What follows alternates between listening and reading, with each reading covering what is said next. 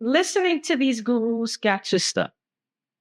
You're following their blueprint to the exact T and you're still stuck. I know. I've been there, done that. Well, I might be able to shed some light as to what could possibly be going wrong in the cash flow on your rentals. I'm Anitra Preston, co-founder of Vertical Capital. We lend money to real estate developers and investors in New Orleans and Baton Rouge. We teach people how to make finance work for them. If you like the content of our videos, please share and subscribe, and also like it too. So this video is part 2 of the brrrr missing piece video series. If you haven't seen part 1, I highly recommend that you go and watch it. I talk about the three types of leverages that could possibly be impacting your rental cash flow. And those 3 types are positive leverage, negative leverage, and neutral leverage. In today's video, what I'm going to do is I'm going to show you how we measure leverage to determine the best debt structure for your cash flow. Now let's get into it. So I have some examples here. I did some illustrations. Let's just assume a couple of things. Let's assume that this asset is $100,000. So when we're measuring leverage, we're measuring the leverage, aka debt or a loan, up against cash. If we had done all cash. Now again, you gotta watch part 1 video. I don't expect everyone to have $100,000 just chilling. I just need you to kind of get the concept here of what I'm talking about, right?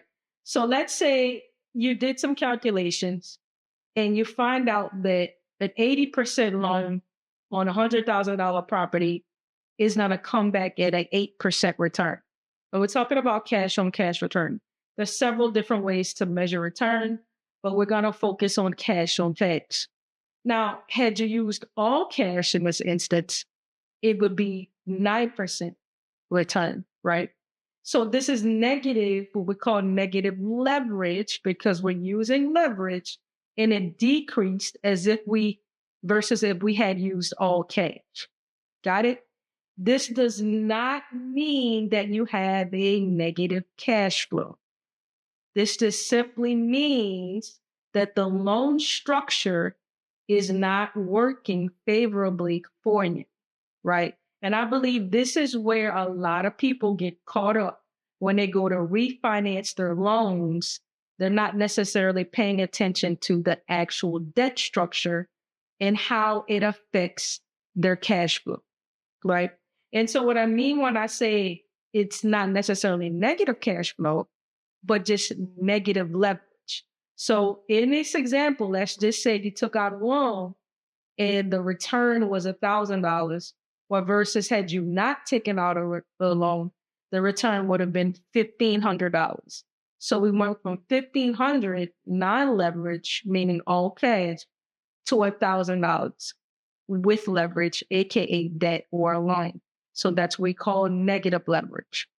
We're going to move on to positive leverage. There are cases where you can, using the same example, where now that return, don't get caught up right now. I'm just showing you the difference between negative and positive, right? Don't go to doing these calculations in your brain. We're gonna do a calculation. So the 9%, so say for instance, you did a debt structure, again, 80%, 20% down, and it yielded you 9% on your cash on cash return. Well, versus had you put up all the cash, now it's 8%. So leverage is debt, right? Leverage is the loan. So this yielded us a positive leverage because we're using the money. This means that the finance structure is working. So in this case, you may elect to the finance option and put your cash somewhere else.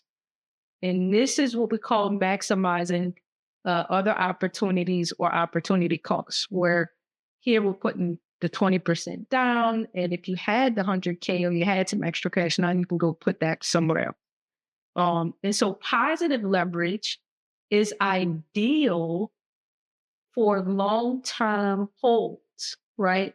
We're looking for cash flow and we're looking for appreciation. So this is ideal, right? Well, versus a lot of people are in this category when it comes to buy and hold. They're in a negative leverage situation, meaning they're not maximizing or the loan isn't working for them in a positive way, right? And so let's go to neutral. Neutral, it means exactly what it means. So whether you use cash or you use financing, it doesn't make a difference. Well, another area where negative cash flow doesn't make a difference. It doesn't make a difference if you are fix and flipper. Who cares, right? Because you're in and out of that deal so quickly. You're not holding it for long-term cash flow, nor are you holding the property for appreciation. So in this case, if you measure these two against each other on a fix and flip, it really doesn't matter.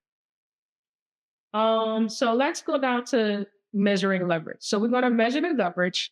This is an all cash example, AKA no debt. So let's say the asset value is 100,000, your house, right? Your net operating income. All right. So this is your cash flow, or this is what the property brought in minus its expenses. When we calculate net operating income, mortgages are not calculated in that. That's a separate deduction, right? And so the property brought in 10,000 after all expenses, taxes, yada yada. You got a cash flow of $8,000, right? And so again, I say here mortgage payments are typically not calculated in the expenses. And so for this example, we'll assume you pay all cash for this asset, right? Again, let's not get caught up in a lot of let's not get caught up in a lot of the nuances, right? I'm just showing you some numbers here. So the cash on cash return, you do 8,000 because that's what it brought in. Ignore that. That's what it brought in, but the asset cost 100,000, right? And so we're taking our cash, in this instance, what we got out of pocket, right? Well, out of pocket was 100,000.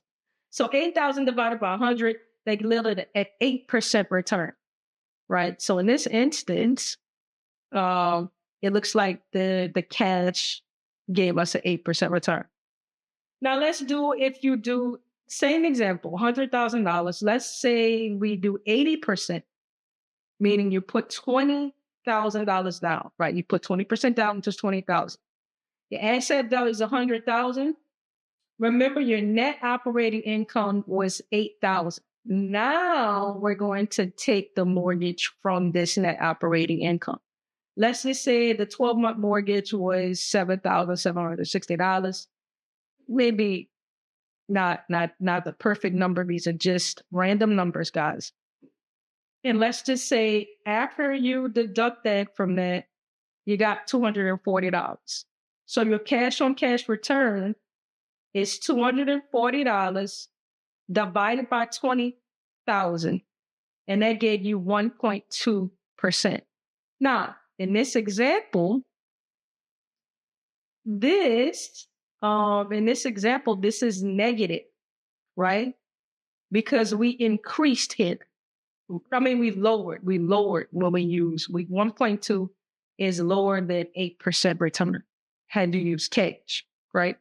So let's look at it if we had maybe a cash flow of $1,800, right? After everything was said and done, we had cash flow of $1,800 over our 20,000, then that would yield 9%. This is a positive leverage, guys. And this is where, this is ideal as to where you want to be when you calculate your deck structure. Now, let's not focus on the $100,000. This is just to get you to understand here. We need to start playing around with that 20% down, that 30% down, that 25% down. Maybe putting a little bit more down may help you, and maybe putting less down may help you. But you have the calculations here. And so I just wanted to go over this and show you how leverage can work against you and how leverage can work for you. And I think that's important to know when we are doing refinances.